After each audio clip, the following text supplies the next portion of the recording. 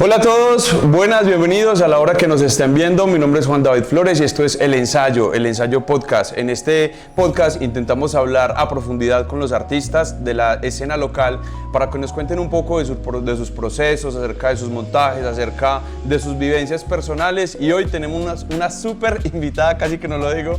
Ella es Carmen Vargas. Un aplauso, por favor. ¿Cómo estás, Carmen? ¿Cómo te encuentras? Muy bien, muy bien. Bueno, Carmen, este podcast es como para hablar un poco de los perfiles y me encanta poder entrevistarte porque sabes que te admiro mucho, has sido mi maestra también en varios momentos y épocas, porque para quien no sepa, me encanta también el flamenco. Entonces, empecemos por el calentamiento. El calentamiento, a ver, que a ti como artista, uno como artista tiene como sus, digamos, momentos que le gusta o sus ejercicios que van hacia el punto exacto que uno necesita, tanto como cantantes, tanto como actores. ¿Qué pasa con la danza? ¿Cuáles son esos ejercicios que te gusta practicar para ponerte lista en la escena? Pero para practicar, ¿para mí o para mis estudiantes? Para todo. Lo que nos quieras aconsejar para las personas que estén viendo este contenido. Importantísimo preparar nuestro cuerpo, pero no solamente cuando vamos para la escena, sino previo. Entonces, todos los días, 4 días a la semana entreno mi cuerpo a nivel pues de fuerza, entonces pesitas, fortalecimiento, elasticidad. Cuando voy acá toda la semana también, toda la semana preparo mi voz, porque como docente, como cantante que ahora pues he retomado, como todo, la voz tiene que mantenerse pues como muy bien, entonces muy bien cuidada, sobre todo. Muy bien cuidada para que hasta que estemos así súper viejitos, yo quiero tener una voz buena. Ojalá, Dios mío, miren este mujerón tan espectacular que se mantiene, porque es una mujer que se cuida muchísimo, sí, ¿cierto? Sí, ahí en esa parte del calentamiento podríamos hacer la cuña de que tú siempre eres una mujer que da ejemplo por ese cuidado, tú tomas vitaminas, contanos un poquito de esos secreticos, ya que estamos acá en el chismorreo. Bueno, desde muy pequeña, digamos que fue una enseñanza desde la familia, cuidarnos mucho con el deporte, pero también alimentarnos muy bien. Entonces, y las vitaminas no pueden faltar. ¿Cuáles tomabas y por qué? Bueno, anoten. Ahora en este momento, porque cada etapa de la vida de uno requiere unas vitaminas diferentes, sí, y acordes como a todas las actividades que hacemos. Entonces, en este momento de mi vida, a mis 58 años, con las actividades que hago, con todo, entonces me inyecto complejo B una vez al mes, tomo colágeno con vitamina C, lo primero que me tomo en la mañana es esto.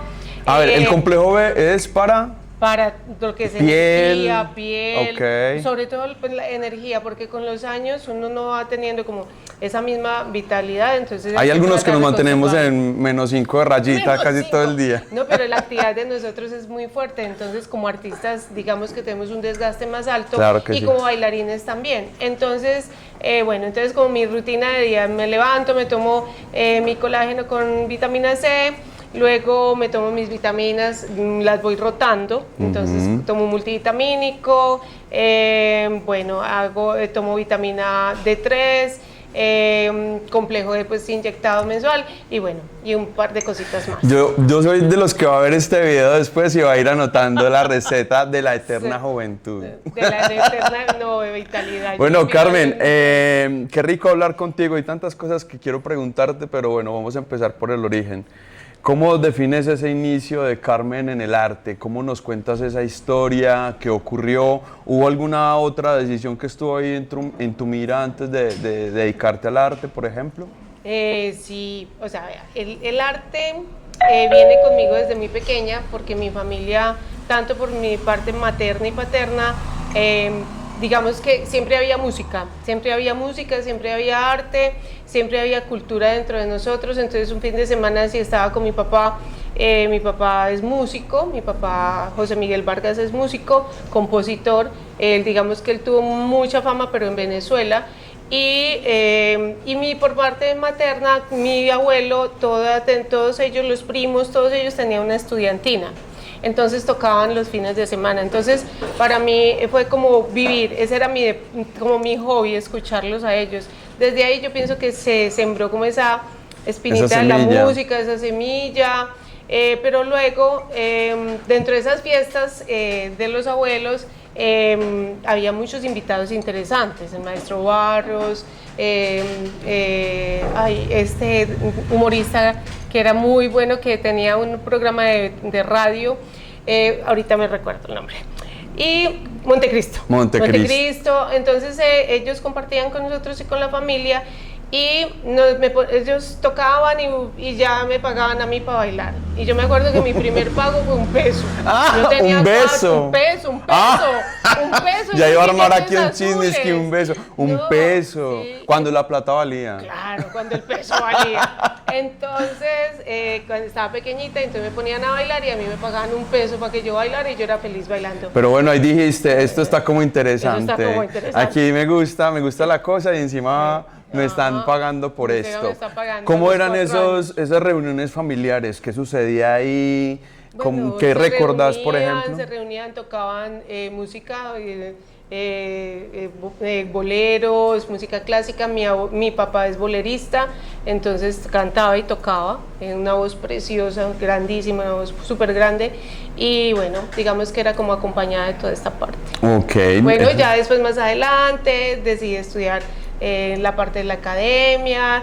Desde muy pequeña quería casarme, entonces... ¿No tenías comunidad? Lo tenía muy claro, desde muy pequeña me preguntaban a los 7, 8 años qué quieres ser. Yo quiero ser casada, enfermera, cantante, bailarina, tener 7 hijos. Bueno, pero parece que has logrado bastante de la lista. Sí. ¿Sí? Bueno. El 80% de la lista. Eso está menos los 7 hijos. Menos los 7, bueno, siquiera que te arrepentiste. Sí, sí. Porque mejor dicho, cada hijo... quién sabe, hubiese tenido la orquesta árabe completa de mi parte, ¿no? Es verdad, bueno, porque aquí hay una cosa muy interesante y es cómo has hecho de tu familia también parte de este proyecto que es La Jarana como empresa. Bueno, pero espere que estamos adelantándonos. Se me contó que ya se decidió a estudiar. Ajá. ¿Quiénes fueron tus profesores? ¿Cómo inicia ese proceso? Pero mis profesores de danza, inicialmente tuve una profesora argentina en ballet clásico. Más adelante estuve en jazz, mucho más adelante. Y bueno, después ya decidí casarme e irme para Estados Unidos con el padre de mis hijos. Y allí estudié ballet clásico en Boston. Okay. ¿Ya? Y a pesar de que tuve mi primer bebé, que es Alonso, iba a mis clases a Boston. Manejaba 1 hora por las carreteras de Lowell.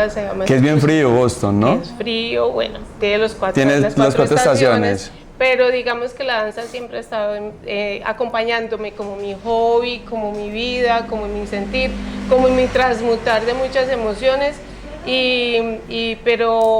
Pero luego con el tiempo ya regreso pues a Colombia nuevamente y allí comienzo a trabajar en una empresa grandísima que se llama Cartón de Colombia, ahora se llama Smurfy Kappa, Cartón de Colombia, y en la parte administrativa, pero siempre danzando, siempre, esa era como mi otra carrera. Era de esas compañeras de oficina que es chévere tener porque está armando siempre el grupo de danza. Exacto, y armaba las fiestas y armaba un montón de cosas.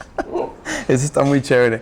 Bueno, y esta parte del flamenco que te hace tan, digamos, tan reconocible, cuando uno piensa en Carmen, como que viene ligado al flamenco. ¿Cómo entra ese componente en tu vida? El flamenco desde muy pequeñita, realmente a mí me llevaban a ver música, me llevaban a ver películas de flamenco, veía Lola Flores, veía rancheras. Mi abuela, Lola Flores. Exacto, tu abuela Lola Flores. Entonces, digamos que ese era como el cine que más se inclinaban. Sarita Montiel, por ejemplo. Sarita Montiel. Preciosa. Pues Marisol, todas estas vedettes españolas. Sí, las vedettes españolas. Entonces, digamos que como esa fue como parte de mi cultura, y fuera de eso, pues mis antepasados, que son judíos sefardíes, digamos que tenemos como esa sangre desde... Tienes una mezcla muy interesante. Tengo una mezcla muy interesante. Con los años me di cuenta. ¿Y en qué te ha enriquecido Colombia en esa mezcla? Ay, delicioso. Y ahora estoy con un montaje así, que estoy escribiendo precisamente de nuestra música, que amo el folclore colombiano, y con música flamenca, con música española y con música árabe. Wow. Una cosa súper rica que pronto van a ver en un par de O sea meses. que esto es un spoiler de algo que viene Exacto. pronto. Muy interesante. Interesante, muy Bien interesante. Bueno, volviendo a enrutarnos un poco, el flamenco, entonces, ¿allí encuentras esa vocación importante o hay algo que te llame así como de igual manera y magnitud que el flamenco? Todo. Todo, la vida. Todo, la danza es, para mí el folclore colombiano toca a mi puerta a los 15 años y comencé una gira a los 17, más o menos, donde ahí catalogo yo que comencé a nivel profesional porque los entrenamientos eran muy arduos y comenzamos a hacer una gira con folclore colombiano. Digamos que va de la mano. Yo no podría poner por encima ni el flamenco, ni el folclore, Igualito. ni la danza árabe. Son igual de importantes para mí, pero sí son un complemento. O sea, Claro. obviamente el cuerpo... ¿Qué tiene la danza árabe y qué tiene el Exacto, flamenco? es que el cuerpo te va diciendo para qué naciste. Cuando es muy importante, esto es como la danza, yo lo sumo y se los digo a mis estudiantes, es como cuando el cirujano estudia, bueno, el médico estudia medicina general, pero después empieza como a encontrar qué es su esencia como especialista, hacia dónde se quiere especializar. Entonces, digamos que exploro, estudio, ballet clásico, jazz, contemporáneo, luego viene el contemporáneo con los años, pero va de la mano el folclore colombiano, la salsa, estuve unos años con la salsa y luego ya comencé como que es que lo mío siempre ha sido el flamenco y la parte española. Entonces yo cantaba coplas españolas desde pequeña, yo cantaba música mexicana, entonces yo decía, no, aquí no es, y siempre me inclinaba y volvía otra vez al flamenco y al clásico español, y soy formada desde el clásico español y luego viene el flamenco. Bueno, eso está muy interesante. Ahora, como para dar un brinquito, quiero que nos cuentes a las personas que estén viendo el ensayo podcast cómo es la jarana, cómo funciona, qué le dio su origen, dónde empezó, un poquito acerca Bueno, la de eso. jarana viene después de yo haber llegado a Estados Unidos, digamos que para que nos saltemos un poco. Nos conocemos, conozco al maestro Jaime Bernal. Ajá, Y que aquí con lo él tengo yo, exacto, bastante importante. Es muy importante en mi vida, que gracias a Dios todavía está vivo y nos acompaña inclusive acá en la Hagamos jarana. el paréntesis, Ajá. hablemos un poquito del maestro, Jaime cómo entró. lleva ya 59 años en este país. Él llega con las zarzuelas a hacer recorrido por todo Sudamérica y en su primera ocasión le gustó Medellín y en su segunda ocasión que hizo gira Ya no se quedó. pudo ir. Ya no se pudo ir y gracias a Dios no se fue. Entonces lo encuentro y después de yo haber explorado con otros maestros, definitivamente él como que llenaba como esa necesidad de estudiar desde el clásico español y desde el flamenco. Con él comenzamos pues a trabajar y un par de años después llega Alberto Mesa, un gran amigo nuestro del medio, del torero, y nos convoca va donde Jaime y dice, bueno, necesito varias bailarinas para un evento en Manizales y bueno, todo esto. Y ahí, digamos que nos conocimos las cuatro. Jaime dijo, esta sirve aquí, se las recomiendo. Llegamos dos y luego estas dos llamamos a otras dos y formamos lo que es actualmente la jarana. En ese entonces nos decidimos llamar la jarana, después de buscar muchos nombres, les estoy resumiendo la historia. Entonces, ya una se casó. A ver, decinos otro nombre que era posible ahí. La Alhambra. La Alhambra. Pero como aquí había una parte de la ciudad que la llamaban la Alhambra y era como una zona roja, entre comillas. Entonces no quisieron esa relación. Dijimos, no, las Alhambras no, porque entonces los países todavía no saben qué son la Alhambra. Entonces la jarana no tenía referente negativo. Exacto. Entonces, sin embargo, somos muy alegres también. Ajá. Entonces, decidimos llamarlo la jarana, por eso, y porque además también como que, hombre, lo que representa y lo que quiere decir la jarana es una fiesta improvisada y así fue como nació la jarana. Ah, bueno, mejor nombre no hubiera cabido. Improvisamos las cuatro y fuimos llamando a las dos, luego fuimos llamando a las otras dos y fue como esa empatía y esa fiesta cada vez que nos veíamos. ¿Todavía te comunicas con ese primer elenco? ¿Siguen claro, siendo amigas? Claro, ellas siguen siendo parte de la jarana. Qué bonito eso, me encanta. Bueno, y eso sería como la retrospectiva del inicio del grupo. ¿Qué hay de la jarana ahora para las personas que quieran conocer o informarse un poco sobre las redes? ¿Cómo pueden integrarse? ¿Cómo pueden recibir clases? ¿Qué tienen entre mangas? ¿Qué se viene? No sé, danos unos chismecitos bien chéveres. Bueno, la jarana pues sigue formando gente. Siempre una de nuestras propuestas era que fuéramos autosostenibles, ¿no es cierto? Entonces que hubiesen bailarines que se formaran acá desde pequeños, y lo hemos logrado. Hemos tenido elencos que están aquí, pero obviamente como todo, el uno quiere irse a un país, el otro ya está formado y se puede ir para otro grupo, y bueno, tenemos como la dicha de que en muchos grupos de la ciudad tenemos, si no es músicos, tenemos también bailarines que han sido formados acá, y eso para nosotros es una alegría muy grande poder aportar a la cultura en Colombia. Y que se vienen muchas cosas. O sea, yo creo que a mí el tiempo no me va a alcanzar para todo lo que quiero hacer con la jarana. Pero que quede claro que harás todo lo posible por hacer lo más que te alcance. Sí, sí.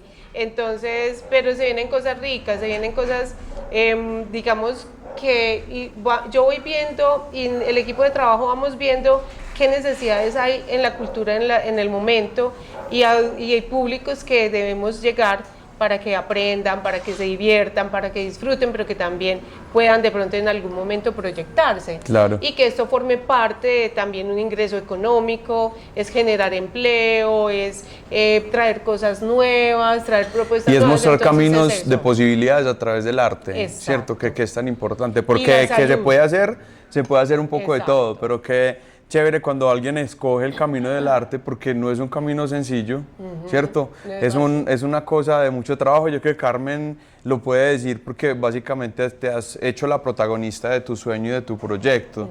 ¿Qué, digamos, esfuerzos te ha traído ese camello? ¿Esfuerzos o trabajos o sacrificios? Bueno, yo decía en estos días que el criar a mis hijos no había sido un sacrificio, sino que ha sido un compromiso. Y entonces el arte también lo analicé después solita en mi casa.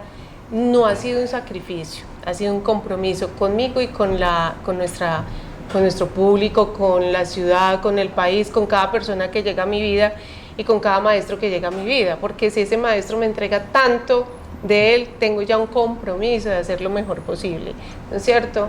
Entonces no ha sido sacrificio, ha sido difícil, porque generar cultura en nuestro medio, lo sabemos que Medellín es una de las ciudades más complejas en cuanto al arte y la cultura. Diría yo que de todas maneras, aunque eso es cierto y no te lo refuto, se ha comenzado a gestar una transformación, y en la ciudad hay cambios, eso hay que también reconocerlo. Sí. Ahorita es un poco más sencillo que como ese era hace 10 años tal vez, y hace 20, llenar, hace o 20. Sí, exactamente. Hace 26 años pues no teníamos estas facilidades, eso de podcast. Esas cosas no existían. Entonces, pero mira qué chévere también como herramienta para uno poder acercarse a las personas. Claro. Pero también ahí nos genera a nosotros como artistas una disciplina más fuerte, porque ya no tenemos la excusa de que no hay posibilidades de estudiar. Total. Entonces, hasta por YouTube pueden estudiar. Exacto. Aquí hay que saber para poder estudiar por YouTube. Porque es que a veces también montan unas cosas que uno dice, bárbaro, ¿qué es esto? Entonces, es eso. Pero si hay un compromiso siempre por la cultura. O sea que lo tuyo no lo ves como un sacrificio, sino como un compromiso, tanto en la familia, en ese desarrollo que logras hacer. Háblanos un poquito de tu familia. Mi familia, bueno. Hidratémonos primero mejor. Mi familia, somos obviamente ya el papá de mis hijos, que es Alonso. Duramos 33 años juntos, luego nos separamos como pareja, pero nunca nos separamos como padres. Ah, mira. Entonces, que esto es muy importante. Entonces somos él, mis dos hijos, nuestros dos hijos, y bueno, cada uno pues ya tiene como su vida aparte, pero digamos que desde los inicios de esa época en que empieza la jarana, y que yo trabajaba en una oficina 10 horas al día, 8 horas al día, luego salía a estudiar, luego el compromiso con los hijos, Ellos me entrenaban, nosotros siempre los hemos guiado por el deporte y yo le pedía al universo y a Dios que me diera un esposo que fuera deportista, que no fumara, que no bebiera, y así fue. ¿Listo? O sea, ley de atracción, sí funciona. Sí funciona.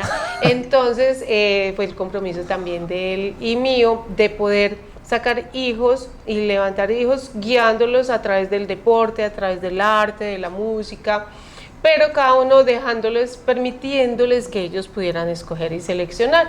Entonces Alonso llegó a ser Selección Colombia de polo acuático, Bernardo artes marciales, polo acuático y la danza.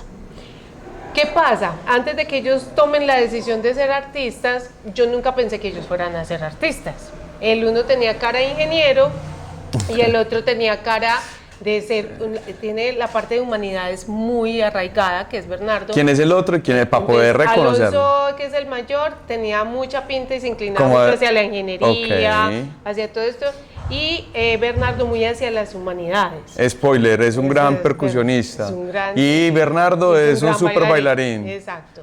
Entonces, pero con el tiempo yo siempre, ellos, así como yo los acompañaba y los llevaba a los lugares y mi esposo también, ellos también tenían que acompañarme a mí, a mis entrenamientos y mis cosas. Entonces llevábamos cuadernos, todas las tareas que tenían que hacer mientras yo entrenaba. ¡Qué delicia! Ojalá me hubiera tocado así las tareas de la escuela. Las tareas de la escuela, entonces ellos eran así, iban haciendo tareas y iban haciendo tareas.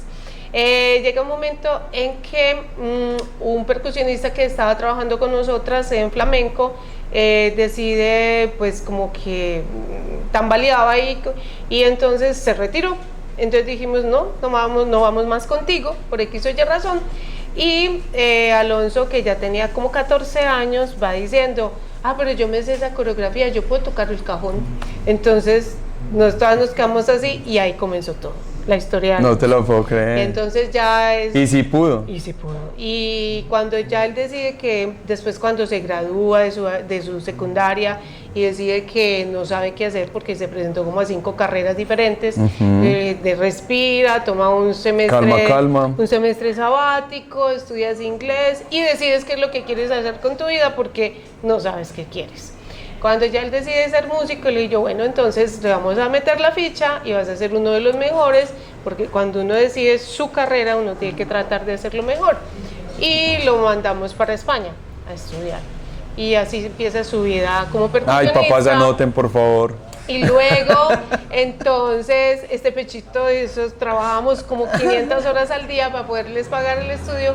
Y luego ya con el tiempo le gusta la música árabe y empieza a explorar la música árabe acá con alguien, con varios músicos de la ciudad, que también estudiábamos muy empíricamente, con cositas que nos llegaban porque no teníamos estas facilidades.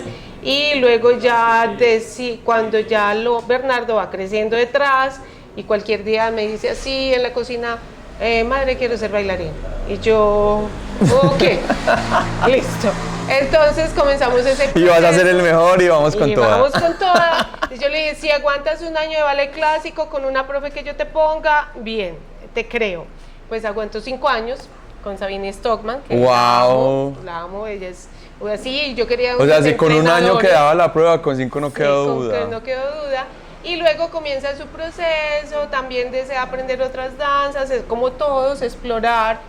Y bueno, decide... ¿Y ahorita anda, en dónde anda? Anda, para allá voy. Para allá va. Y después decide, bueno, tuvieron un momento como de los hermanos que necesitaban estar solos, sí. Y los decidimos mandar para Egipto un mes y medio a estudiar. Y allí estudiaron, súper juiciosos, y regresaron así súper compenetrados, porque también era como compenetrarlos como hermanos. Y a partir de ahí, bueno, empieza otra exploración de Bernardo, luego viaja a China, está un año allí en Rumont Park, en un parque recreativo, y luego regresa a Colombia, nos hace más aportes también como bailarín, para resumirle la historia de él, y luego vuelven a retomar él y su novia y deciden irse para China. Hace año y medio y ahora están en el Circo del Sol ambos. En el Circo del Sol, ¿qué tal? Entonces es un orgullo para nosotros. Y qué muy bueno. Doloroso para mí. Yo sé que sonará a mucha poesía, pero es que es inevitable no reconocer fuera de la poesía, que tener un padre que te apoye tantísimo, pues te da Supremamente muchísimas importante. ventajas. Cuando estamos hablando en el arte, pues muchos más. Entonces imagínate en la vida común y corriente. Eso es muy Sí. admirable, eso es Sí. muy, muy bello. Y eso ahí es donde yo hago la cuñita. Para nosotros a veces, y yo lo digo, no es tan difícil el estudiante que llega aquí. Hemos visto perder muchos talentos, muchos. Yo ya perdí la cuenta, cientos de talentos, cientos, por falta de apoyo de los padres, por compromiso y disciplina de los padres. Entonces, para nosotros, la principal dificultad con nuestros chiquitines no son los chiquitines, sino son los padres. ¿Y qué será que se puede hacer para enganchar esas familias? ¿Qué se podría Yo hacer? pienso que se ha ido haciendo una labor y ahora nosotros vamos a tener unos proyectos, montamos ya unos proyectos nuevos que van enfocados a esos nuevos padres. Ya hicimos el lanzamiento en un Family Hub hace un mes.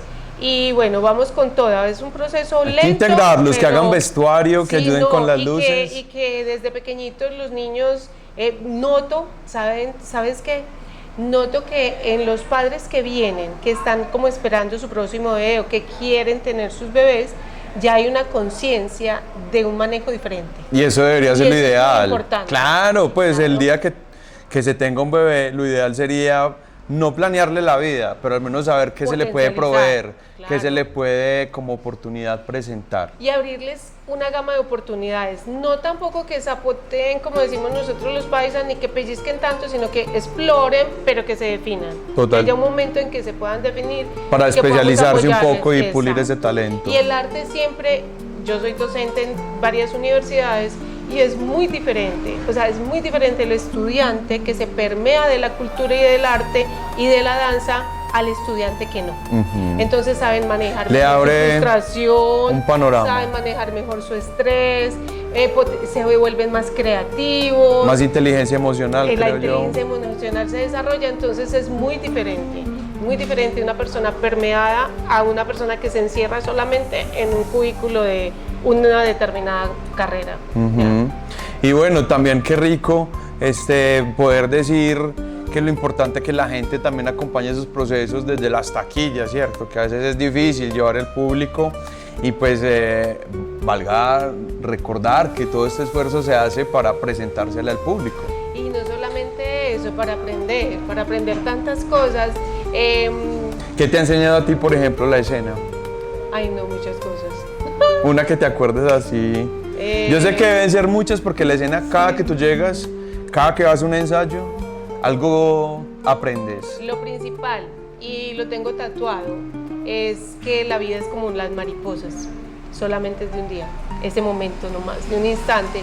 Entonces eso es lo que más me ha enseñado, porque yo me puedo montar en el escenario, bailar la misma sevillana y se vive distinto y se siente distinto. Y cuando tú lo haces desde ahí, así es la vida, Claro. literalmente así es la vida. Y realmente eso es lo que sucede con una presentación, ¿cierto? Que ese momento no se parece a ningún otro, no es el mismo público, no es la misma conexión. Entonces eso es una de las cosas maravillosas que tiene el arte, que cada que tú vas a ver arte vas a recibir una experiencia muy única y muy diferente, Y que es- depende también de ti. Claro, depende también y desde el equipo de trabajo. La jarana siempre se ha caracterizado, nosotros tenemos seguidores desde hace más de 26 años y entonces nos ven, yo creo que ahí tenemos por ahí unos 12 que desde hace 26 años no se pierden espectáculo grande de la jarana y entonces ellos dicen, pero es que aunque vayamos a ver la misma obra, se ve diferente, hay cosas nuevas y es eso, entonces también como nutrirnos, como recrearnos como artistas también, como no es la palabra reinventar no me gusta, sino como permitirnos sentir diferente con una misma obra. Entonces, al permitirnos sentir diferente, podemos proyectar cosas diferentes y el público también necesita cosas diferentes en determinado momento. Exacto. Entonces, es eso, como ser sensibles a ese público también.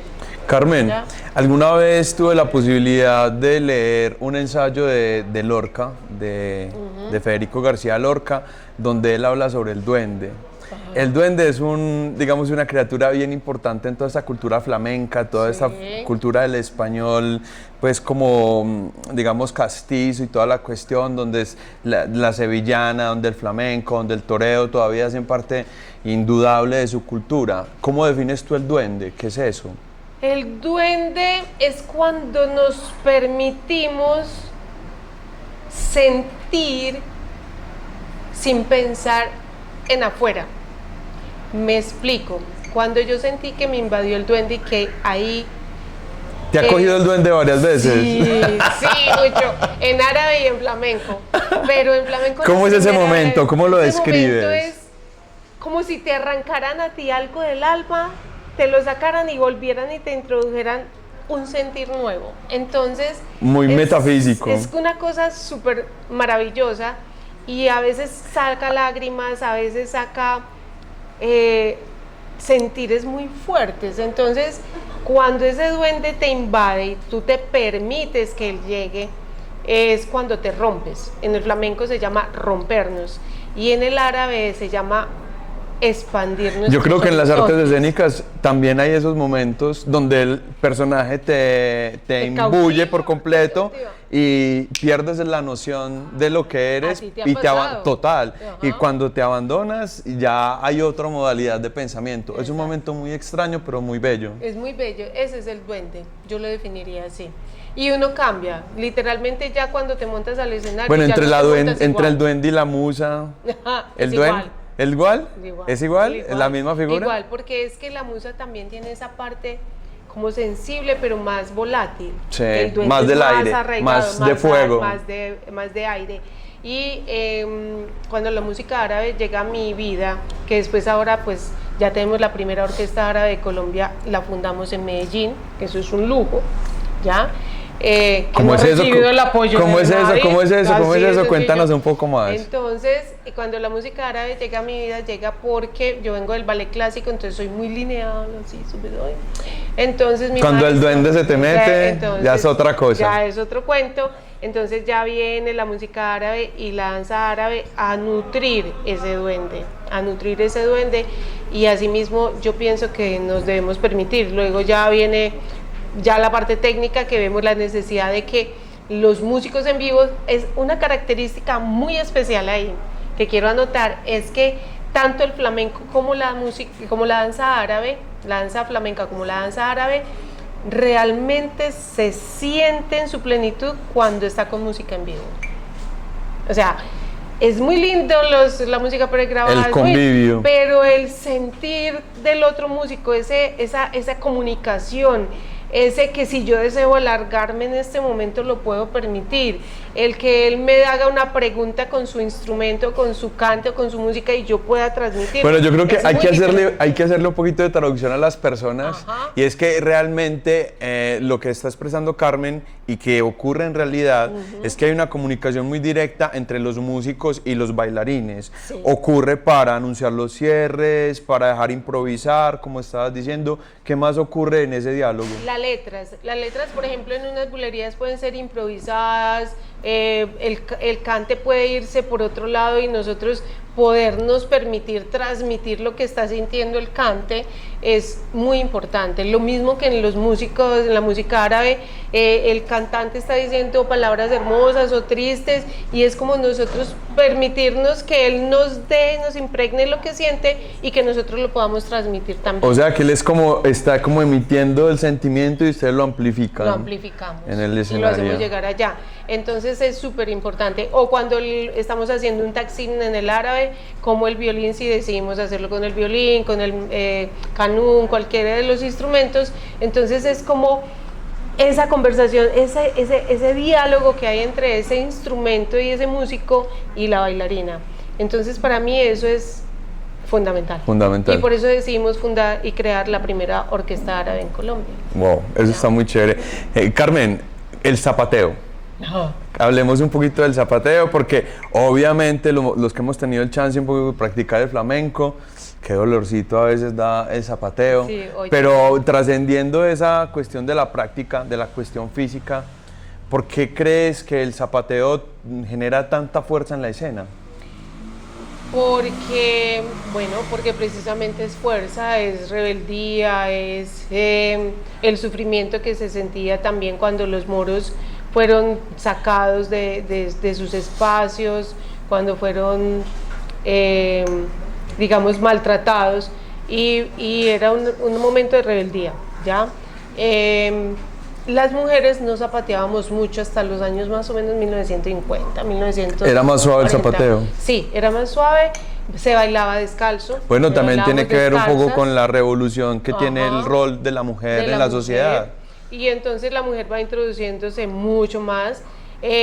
Yo pienso que debe guardarse un equilibrio, porque no se puede perder esa estética tan hermosa de la mujer en la parte... Y que la fuerza no te desborde y relujes el paso. Exacto, entonces como buscar ese equilibrio entre esa fuerza, pero también esa sutileza y eso que, como dicen a veces, que como que me hace vibrar en la piel. Por aquí tengo un chisme que quiero preguntarte. Háblame sobre esta investigación de opresores españoles. ¿De qué se trata? ¿Cómo llegaste ahí, a ese lugar? Opresores españoles. Bueno, digamos que eso todavía no ha salido a flote. ¿Todavía no? Está en escritos. Entonces, bocetos, ejercicios. ¿Qué pretendes ahí con ese ejercicio? Con ese ejercicio es mostrar al mundo como que no, o sea, siempre ha existido la opresión desde la parte psicológica, política, social y en la cultural. Entonces hemos visto como a veces en Argentina, cuando la opresión en la Argentina, los artistas tuvieron que salir de huida porque escribían. El arte es lo primero que cae. Es los primeros que nos la pandemia, igual, la pandemia. El primer recorte es el arte. El primer recorte fue el arte y el último en entrar fue el arte, porque a través del arte es que nosotros decimos cuáles son nuestras necesidades como pueblo. Entonces, claro, lo primero que recortan en el presupuesto a nivel de Colombia, el arte. Lo primero que el arte, y devolvemos por el arte, porque saben que ahí hay un meollo. Pero aunque al arte le recorten todos los presupuestos, es como esa hierba que se te mete en las baldosas y no la quita nadie, eso por algún lado sale.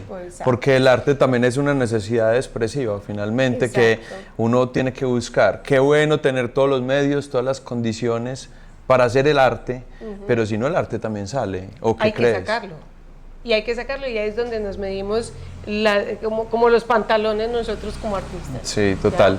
O sea, a mí me ha pasado muchas veces. Entonces esto que tú haces es una reflexión está en proceso. Está en proceso. Bueno, Carmen, ¿qué hay de Egipto? ¿Qué representa para ti esa cultura? ¿Ya has tenido la posibilidad de ir?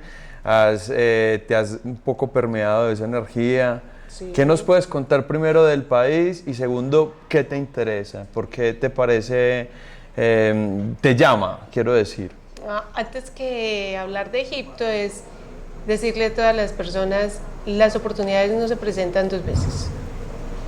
O sea, cuando se les presente una oportunidad, no les dé miedo. Y eso fue lo que... Qué rabia ver cuando a veces, por no decidirte rápidamente, se te puede escapar una oportunidad. Se te puede escapar algo maravilloso. Y yo nunca en la vida pensé que iba a estar en un festival en Egipto y que fuera a ser una de las docentes que siempre está convocada a dictar taller en Egipto. Porque pues la danza árabe llegó a mí de una forma que no, yo y cuántas no la busqué. Maestras no deben haber en Egipto también. Exacto. O sea, privilegiadísima. Pues sí, que son maestros de Egipto. Entonces, para mí fue una oportunidad que, como muchas, a mí me llaman y me dicen, Carmen, ¿quieres venir a Bolivia? Sí, no pregunté para qué, ya me encanta, ya en el camino me cuenta. Encanta, en el camino me dices qué hay que hacer. Entonces, se presenta esta oportunidad de Egipto y fui a estudiar y a conocer. Y allí conocí, íbamos en busca, otra compañera del medio y yo, en busca de una maestra que ella quería traer para su academia a dictar talleres, y resulta que esta maestra, digamos, un poco prepotente, un poco difícil, y entonces yo dije, no, yo no quiero estudiar con ella. Y nos fuimos, había acabado de pasar un festival súper importante en el Cairo, y nos fuimos como al hotel donde había acabado de terminar este festival, y dijimos que qué maestros de los árabes, maestros como más adultos, como con esa arraigo de la música y de la danza árabe había en este momento en el Cairo, porque muchos de ellos viven en otros países y van solamente a los festivales y regresan a sus países. Entonces me dijeron, el maestro Hassan Khalil, pero ahí hago una acotación. Entonces fuimos, nos dieron la dirección, lo llamamos, nos atendió. Cuando él abre la puerta, a mí yo casi me desmayo. Les voy a decir por qué. Porque hacía por ahí unos 8 años atrás, a mí una de mis compañeras de flamenco, Natalia Restrepo, me había mandado un día un videito que logró grabar cuando eso era el VH, no sé, algunos no conocerán qué es eso. Entonces me lo mandó y me dijo, mira, este señor que da clases de danza árabe en Egipto, que es maestro de teatro, que yo no sé qué. Y yo lo vi y yo dije, ay, qué rico uno estudiar con un hombre de esos. Y yo vi ese video. Y otra vez la ley de atracción. Y a los 8 años más o menos, él abre la puerta de su casa y yo dije, no puede ser. Y todavía me da escalofrío, de verdad. Cuando yo lo veo, yo digo, wow. Y él se me quedó y que, ¿por qué te miras así? Yo, porque es que yo lo vi a usted hace como 8 años en un video y yo quería estudiar con usted. Y se ha convertido en un gran maestro, en mi maestro principal en Medio Oriente. Y lo traje por primera vez a Colombia, llegó aquí con nosotros, lo trajimos hace 8 años. Y bueno, y ahora este 10º festival que se va a celebrar del festival, 10ª versión del festival de ¿Cuándo? Crazy Nights, ahora en julio, va a ser dedicado a él porque ya tiene 88 años. Claro. Entonces, ¿Qué hacerle el homenaje? Vamos a hacer el homenaje, además son 10 años del festival donde ya yo soy docente allí cada año. Y bueno, ¿y qué te ha enriquecido ese permearte digamos, de Egipto para tu enriquecimiento personal en la danza? ¿Qué te aporta? Todo. Reconocer primero que todo que nos esperan muchos años de estudio, que voy a morir estudiando porque además es una danza milenaria, una música milenaria y porque pues hay mucho que aprender. Cada vez que yo voy allí, mi alma se mueve con cosas diferentes. Entonces aprendo cosas nuevas, veo jeroglíficos que no había, aunque he hecho el recorrido. Ya lees jeroglíficos y todo. Y ya yo veo el jeroglífico y yo, pero esta parte no la vi la vez pasada, entonces voy a punto. Entonces es una cosa muy impresionante porque cada vez que voy, sí, aprendo cosas nuevas. Pero es que claro, si es que estamos hablando de miles y miles de años de cultura. Bueno, aquí tengo muchas cosas por que preguntarte, hemos tocado un poquito de todo, pero quiero llegar a esto del flamenco al joropo. ¿Cómo decides tú mezclar dos cosas tan distintas? Ay, pues es que yo siempre soy muy curiosa y yo siempre busco como paralelos. ¿Y esto por qué? Pero es que esto se parece a esto. Pero es Bueno, que joropo es un zapateado también. Total. La mujer de en el mucha joropo destreza. en Colombia no zapatea, pero en Venezuela sí. ¿Ya?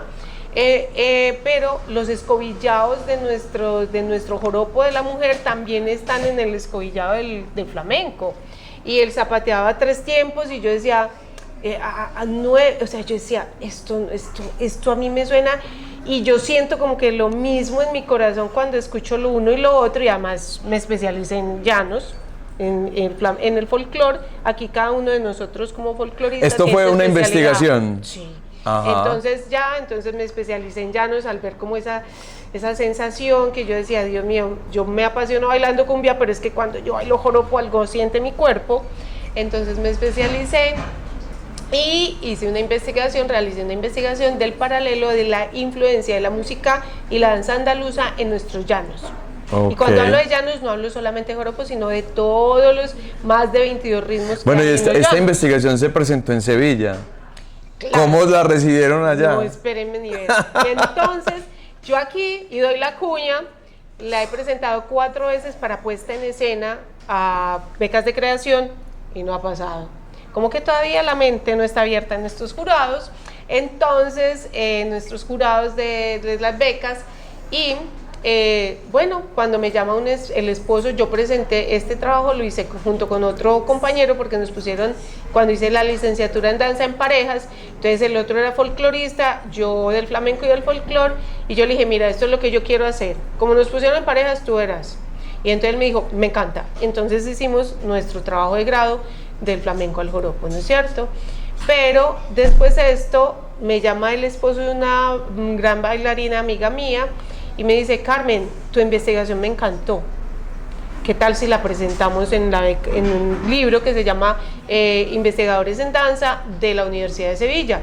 Y yo le dije, perfecto, pongámonos a escribir, y nos pusimos a escribir, a organizar todo, la presentamos y pasamos. ¡Qué bueno! Y ahí está, y entonces cuando... ¿Algún comentario de esa investigación, el recibimiento? No, eso fue espectacular porque él no pudo viajar, pero yo viajé a presentarla, a hacer la ponencia. Y bueno, yo estuve toda la semana en todas las investigaciones que más pude de ese libro, porque son varios investigadores, muchos, en la salud, en la parte psicológica, pedagógica, y bueno, un montón de cosas.